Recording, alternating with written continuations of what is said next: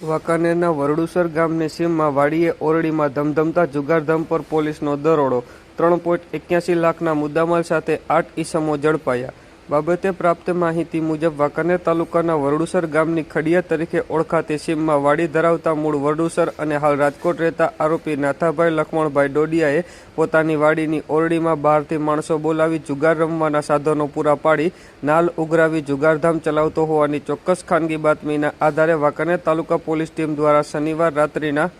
સ્થળ પર દરોડો પાડી જાહેરમાં જુગાર રમતા આરોપી નાથાભાઈ ડોડિયા, અમીરભાઈ ડાભી, સનાભાઈ જેજરિયા, નાજાભાઈ ડાભી, સુરેશભાઈ ડાભી, સંજયભાઈ ફીસડિયા, ભીમાભાઈ ઓળકિયા અને દિગ્વિજયસિંહ પરમારને રોકડ રકમ, મોબાઈલ તથા 4 વાહન સહિત કુલ ₹8,81,020ની કિંમતના મુદ્દામાલ સાથે ઝડપી પાડી તમામ આરોપીઓ વિરુદ્ધ શનિવાર રાત્રિના 10 વાગ્યે ગુનો નોંધી ધોરણોસરની કાર્યવાહી હાથ ધરી છે।